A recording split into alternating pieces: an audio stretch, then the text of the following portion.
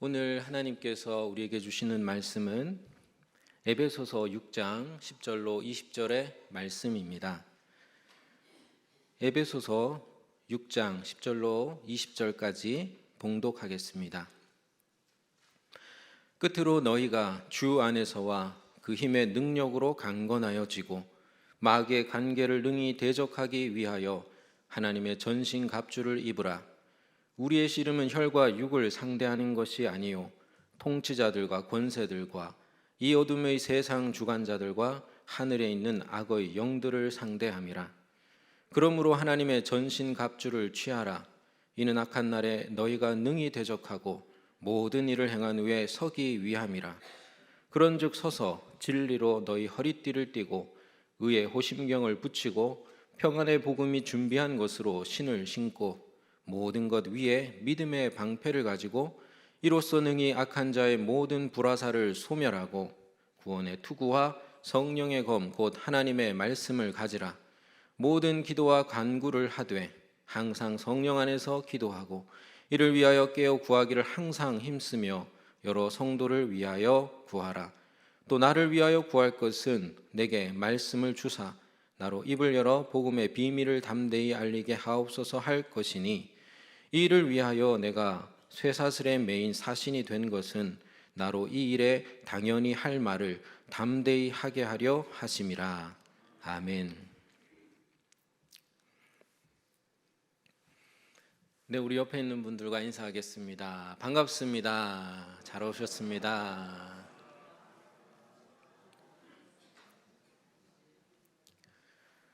저는 29살까지 연애를 안 했습니다.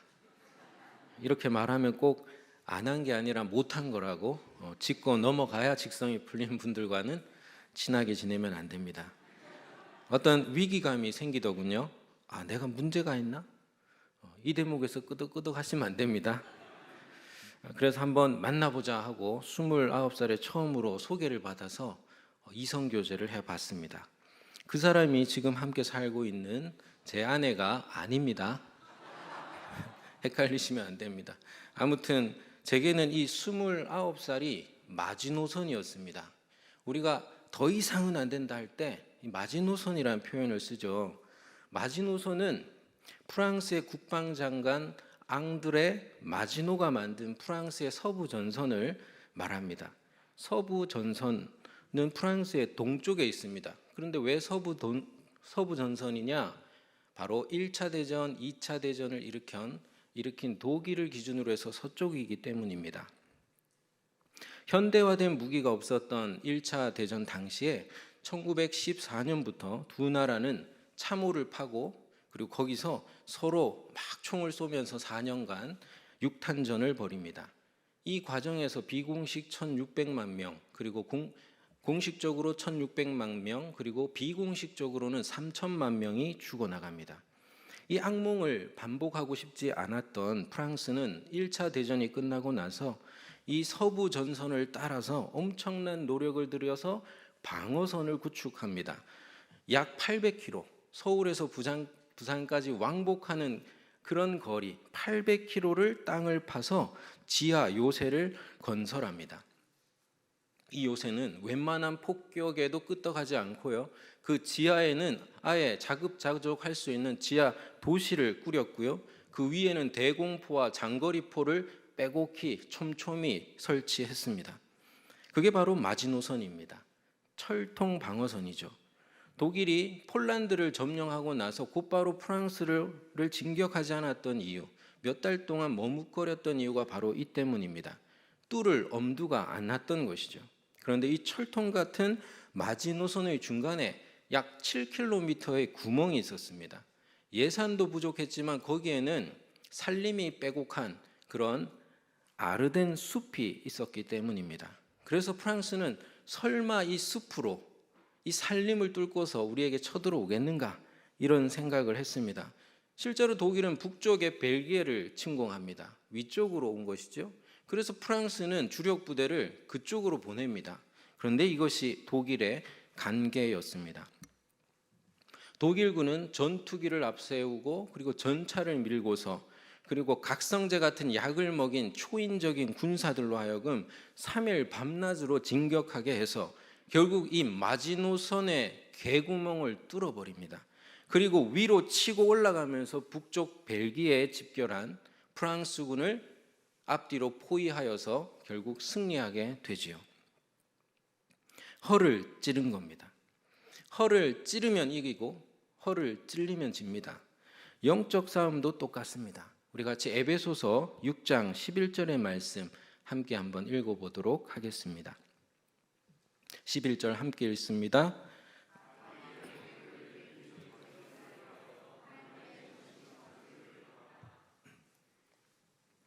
마귀는 마치 나치 독일군처럼 허를 찌르는 속임수와 간계에 아주 능합니다. 마지노선의 개구멍을 뚫듯이 우리의 연약함을 파고듭니다. 유명한 기독교 영성가 리차드 포스터가 있지요. 그는 인간의 연약함에 대해서 세 가지를 지목합니다. 돈, 섹스, 그리고 권력. 바울도 디모데전서 6장 10절에서 말했죠. 돈을 사랑함이 일만 악의 뿌리가 되나니 이것을 탐내는 자들은 미혹을 받아 믿음에서 떠나 많은 근심으로써 자기를 찔렀도다. 돈을 사랑함은 일만 악이 막 쏟아져 들어올 수 있는 자멸하게 만드는 그런 첫 번째 마지노선의 개구멍이라는 겁니다. 바울은 고린도전서 7장 5절에서 부부들에게 이렇게 권면했습니다. 서로 분방하지 마라. 따로 자지 마라. 다만 기도할 틈을 얻기 위하여 합의상 얼마 동안은 하되 다시 합하라. 부부 생활 잘해라는 겁니다. 이는 너희가 절제 못함으로 말미암아 사탄이 너희를 시험하지 못하게 하려 함이라 했습니다. 새 번역으로 이 후반절을 다시 읽어드리면 여러분이 절제하는 힘이 없는 틈을 타서 사탄이 여러분을 유혹할까 염려되기 때문입니다. 관리되지 않는 이 성적인 문제도 사탄의 유혹이 틈타는 그런 두 번째 마지노선의 개구멍입니다. 리차드 포스터가 지목한 마귀가 파고드는 세 번째 인간의 연약함, 마지노선의 개구멍은 권력입니다. 우리 같이 에베소서 6장 12절의 말씀을 함께 읽어보도록 하겠습니다. 12절 시작. 우리의 씨름은 혈과 육을 상대하는 것이 아니요 통치자들과 권세들과 이 어둠의 세상 주관자들과 하늘에 있는 악의 영들을 상대함이라. 아멘. 우리의 싸움은 씨름은 육이 아니라 영의 싸움이라는 것이죠. 그러니 통치자들, 권세자들, 또 주관자들, 악한 악의 영들, 이것을 영적인 차원에서 이해해야 되겠죠. 하지만 영적인 게 뭔가요? 현실 너머의 비현실인가요? 아닙니다. 현실을 포괄하는 진짜 현실입니다. 마귀가 현실에서 어떻게 역사한다고요? 통치자들과 권세들과 주관자들로 역사합니다. 권력을 중심으로 권력을 마구 사악하게 휘두르면서 역사합니다. 권력의 크기는 사람마다 다르죠. 개인과 권력자가 저지를 수 있는 악의 크기는 비교가 불가능합니다. 1914년 1차 대전이 발발하고 6개월이 지났습니다. 크리스마스 이브가 된 거예요. 그러니까 독일 참호에서는 이제 총격전이 끝나고 밤에 크리스마스 캐롤이 들려옵니다. 그러니까 독일군 병사들이 캐롤을 따라 불러요. 그 노래가 건너편에 있는 반대 진영 프랑스 영국군에게 들려옵니다. 그들도 같이 캐롤을 부르는 겁니다. 그러더니 마치 휴전한 것처럼 무인지대로 막 나옵니다. 그리고는 서로 악수하고 포옹하고 사진도 찍고요. 그리고 음식도 나눠 먹습니다. 우리 크리스마스 이브 때만큼은 싸우지 말자라고 하면서요. 그 다음 날 성탄절이 되었습니다. 이날은 아예 무인지대에 모여서 축구 경기를 했습니다. 독일이 영국과 프랑스를 상대로 3대2로 이겼습니다. 그것이 기록에 남아있고 이것은 실화입니다. 이것을 전장의 기적이라고 부릅니다. 그런데 이 소식이 양측 군의 수뇌부, 권력자들, 통치자들의 귀에 들어갔습니다. 난리가 났겠죠. 어떻게 됐을까요? 이러다가 이거 화해하겠다 이래가지고 전쟁에 박차를 가합니다. 어떻게 했냐면 대량 살상 무기인 독가스를 사용하기 시작합니다. 그래서 이후로 3천만 명이 죽어나갑니다. 마귀가 어떻게 역사한다고요? 권력을 중심으로 권력을 마구 사악하게 휘두르면서 역사합니다. 우린 이 사실을 기억해야 됩니다. 여러분, 권력자들을 예의주시하시기를 바랍니다. 그들이 권력을 사유화하고 마음대로 사용하면서 혹시 누군가를 고통스럽게 하는 건 아닌지 감시하고 그리고 감독해야 됩니다. 여러분, 히틀러도 처음에는 선거를 통해서 선출되었습니다. 그리고 나서 법을 싹 바꿔버리고 독재를 시작한 것이죠. 잘못 뽑은 겁니다. 4월 총선이 다가오고 우리에게는 늘 선거할 기회가 찾아옵니다. 선거라는 것은 누군가에게 합법적으로 권력을 쥐어주는 것입니다. 누구에게 쥐어줘야 할까? 이것은 참으로 영적인 일입니다. 누가 권력을 잡을 것인가? 이것은 영적인 일입니다. 기도해야 됩니다. 좋은 지도자가 권력을 잡아서 국민들을 위해 잘 사용할 수 있도록 우리는 기도해야 됩니다. 또한 우리 자신이 좋은 지도자가 되어야 합니다. 우리는 다 크기가 다르지만 저마다 크고 작은 권력, 힘을 가지고 있기 때문입니다. 여러분은 교회에서, 가정에서, 직장에서, 사회에서 어떤 힘을 가지고 있고 그 힘을 어떻게 사용하고 있습니까? 어떤 지도자입니까? 예수님은 리더십에 대해서 마태복음 20장 25절로 28절에서 이렇게 교훈했습니다. 예수께서 제자들을 불러 이르시되 이방인의 집권자들이 그들을 임의로 주관하고 그 고관들이 그들에게 권세를 부리는 줄을 너희가 알거니와 너희 중에는 그렇지 않아야 하나니 너희 중에는 그렇지 않아야 하나니 너희 중에 누구든지 크고자 하는 자, 힘을 가지고자 하는 자는 섬기는 자가 되고 너희 중에 누구든지 으뜸 리더가 되고자 하는 자는 너희 중에 종이 되어야 하리라. 인자가 온 것은, 예수가 온 것은 섬김을 받으려 함이 아니라 도리어 섬기려 하고 자기 목숨을 많은 사람의 대속물로 주려 함이라. 한마디로 참된 지도자는 권력의 의지가 아니라 섬김의 의지가 있는 사람입니다. 1차 세계대전의 상처가 채 아물기도 전에 2차 세계대전이 터졌습니다. 이걸 누가 일으켰습니까? 우리가 다 아는 아돌프 히틀러입니다. 그는 반기독교적인 무신론 철학자 니체의 사상 가운데서 권력의 의지를 참 좋아했습니다. 권력을 향한 의지, 그 사상을 좋아했어요. 그는 권력을 얻는 데 수단과 방법을 가리지 않고 그렇게 획득한 권력을 휘두르는 데 있어서도 수단과 방법을 가리지 않았습니다.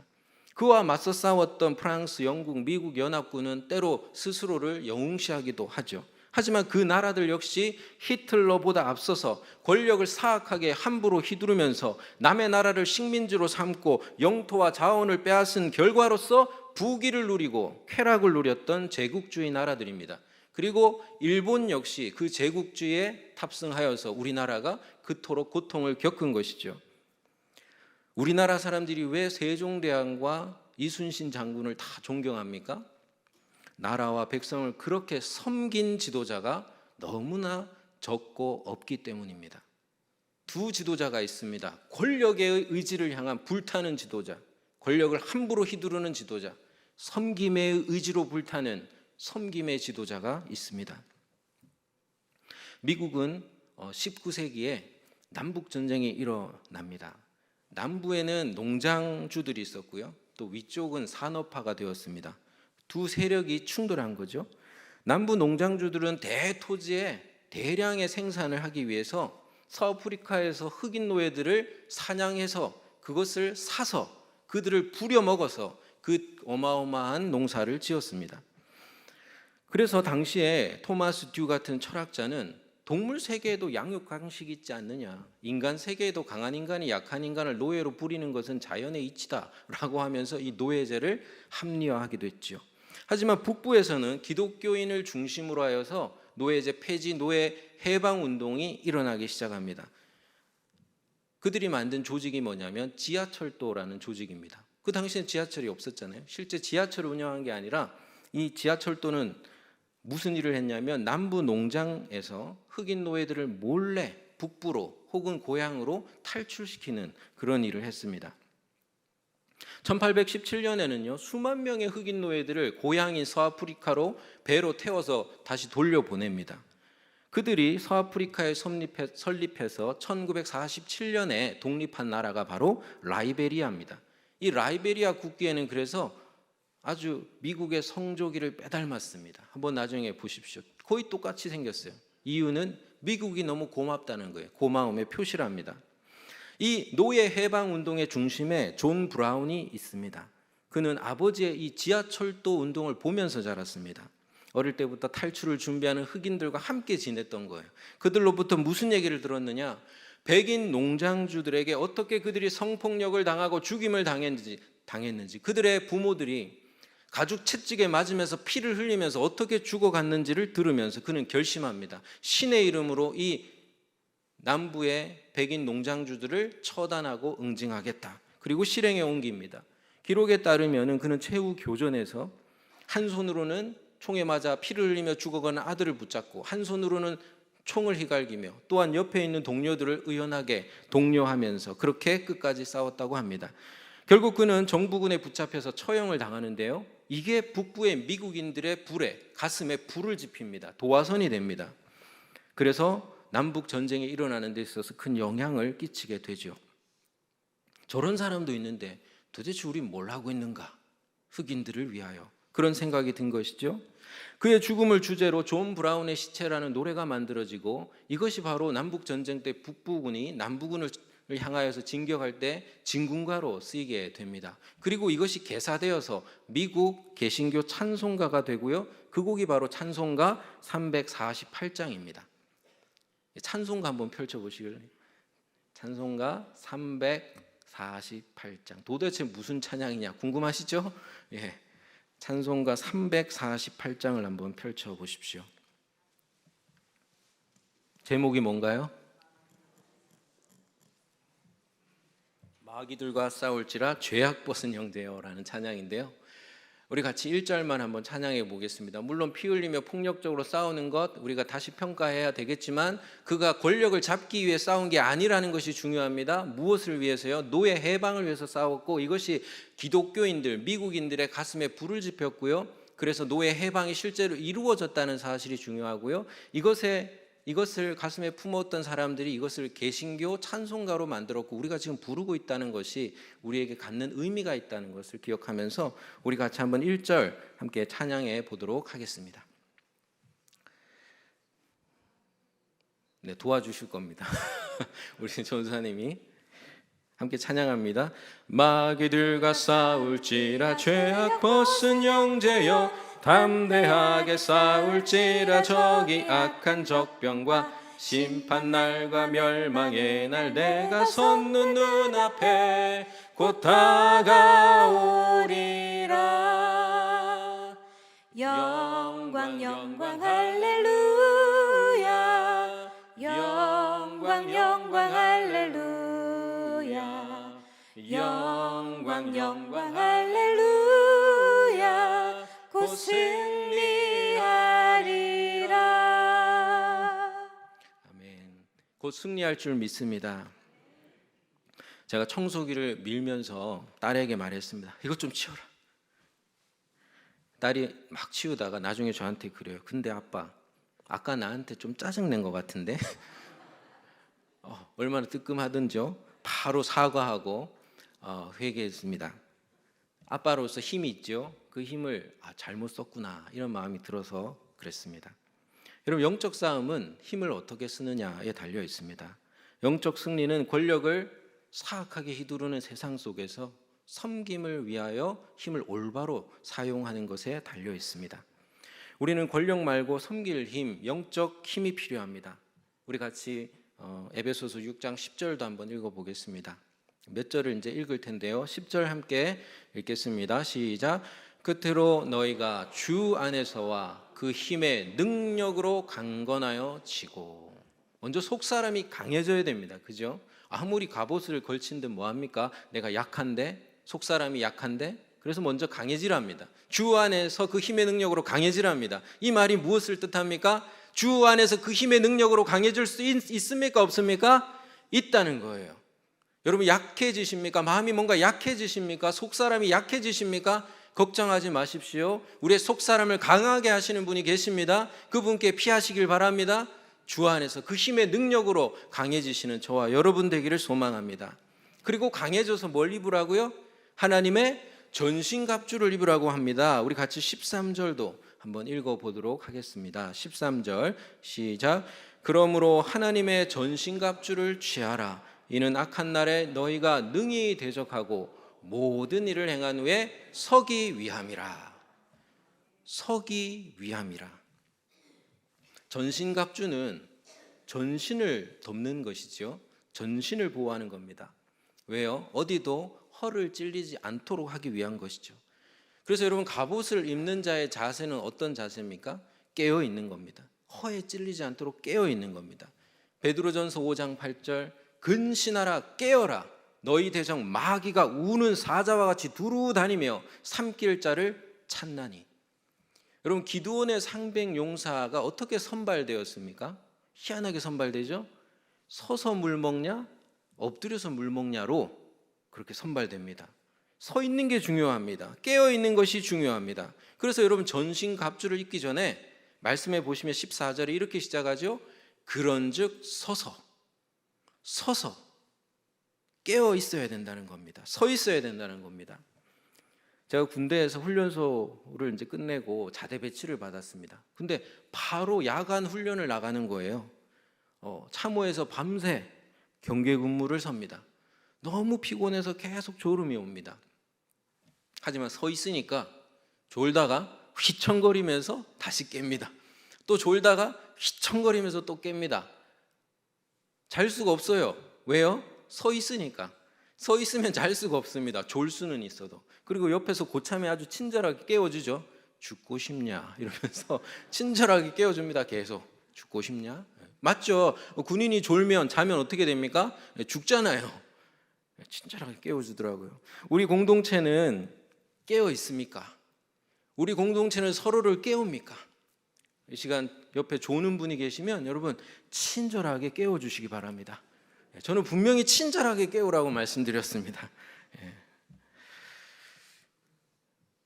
그런 공동체는요 어떻게 하겠습니까? 하나님의 전신갑주를 입습니다. 깨어 있으면 그 갑주를 입게 되는 것이죠. 그 갑주는 어떤 특징을 가지고 있습니까? 첫째로 진실함으로 허리띠를 동입니다. 진실한 사람의 말은 어때요? 힘이 있어요. 허리에서 힘이 나오는데 진실함으로 허리를 동이라. 진실한 교회는, 진실한 그리스도인은 힘이 있습니다. 또 뭐 하라고요? 의의 흉배를 붙이라고 합니다. 정의로운, 의로운 흉배를, 이 흉배를 붙이면 어떻게 될까요? 흉배에다가 이 의의 호심경을 붙이라 그랬죠. 호심경을 붙이라 그랬는데 여기 뭐가 있습니까? 심장도 있고 또 중요한 장기가 다 있잖아요. 그러니까 의의 호심경을 붙이면은 죽지 않는 겁니다. 정의로운 교회는 죽지 않습니다. 하나님이 살려주시고 보호하여 주십니다. 세 번째로 평안의 복음이 준비한 신을 신으라고 했죠. 평안의 복음이 이끄는 대로, 복음이 가라하는 곳으로 우리의 발걸음이 옮겨지게 됩니다. 그리고 네 번째로 믿음의 방패를 끼우라고 했죠. 믿음의 방패는 모든 악한 자의 불화살을 소멸시킵니다. 그러니까 믿음의 교회는 모든 고난을 견뎌냅니다.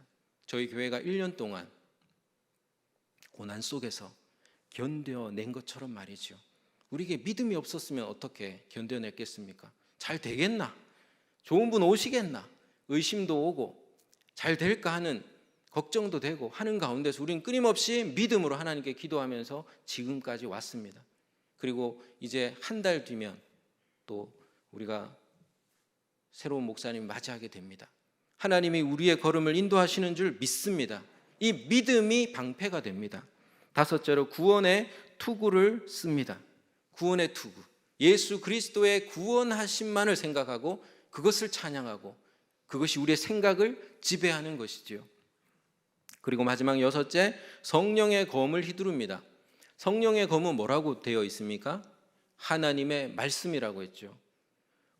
말씀 없는 성령 사역은 어떻게 됩니까? 엉뚱한 길로 다 빠집니다. 그죠? 성령 사역하던 많은 단체들, 많은 목사님들 이상한 데로 빠지잖아요. 말씀 없는 성령 사역 위험합니다. 그러나 말씀으로 갈고 닦은 성령의 검은 마귀를 물리칠 줄 믿습니다. 그런데 여러분, 이 모든 하나님의 전신갑주는 누구 겁니까? 하나님의 것입니다. 그러니 하나님께 기도해서 받아야 됩니다. 우리 마지막으로 18절 말씀 한번 읽어볼까요? 18절 함께 읽겠습니다. 시작. 모든 기도와 간구를 하되 항상 성령 안에서 기도하고 이를 위하여 깨어 구하기를 항상 힘쓰며 여러 성도를 위하여 구하라. 아멘. 말씀을 맺겠습니다. 싸움은 마지노선의 개구멍이 뚫리느냐 그것을 막느냐에 달려 있습니다. 그래서 마귀의 간계를 대적하기 위하여 전신갑주를, 하나님의 전신갑주를 입어야 합니다. 마귀는요, 돈, 섹스, 권력이라는 인간의 연약함을 파고듭니다. 여러분, 무엇에 연약하십니까? 이 세 가지는 대표적인 것뿐이고 우리는 다 연약함이 있는데 그 연약함을 파고듭니다. 오늘 특히 강조한 것은 권력이지요. 권력을 사악하게 휘두르면서 마귀는 역사합니다. 그러니 좋은 지도자를 뽑아야 합니다. 그리고 우리 자신이 힘을 올바로 사용하는 자들이 되어야 합니다. 주 안에서 권력 말고 섬길 힘, 영적인 힘을 공급받아서 강해져야 합니다. 강해질 수 있습니다. 강해짐으로 항상 깨어 서시기를 바랍니다. 그리고 하나님의 전신갑주를 입으시기를 바랍니다. 진실함으로 허리를 띠시고요. 그리고 의의 흉배를 붙이시고요. 믿음의 평안의 복음의 신을 신으시고요. 믿음의 방패를 끼우시고 그리고 구원의 투구를 쓰시고 말씀의 성령의 검을 뽑으시기를 바랍니다. 마귀가 한 길로 왔다가 일곱 길로 도망갈 줄 믿습니다. 이 하나님의 전신갑주는 하나님의 것이니 우리 시간 함께 하나님께 기도하도록 하겠습니다.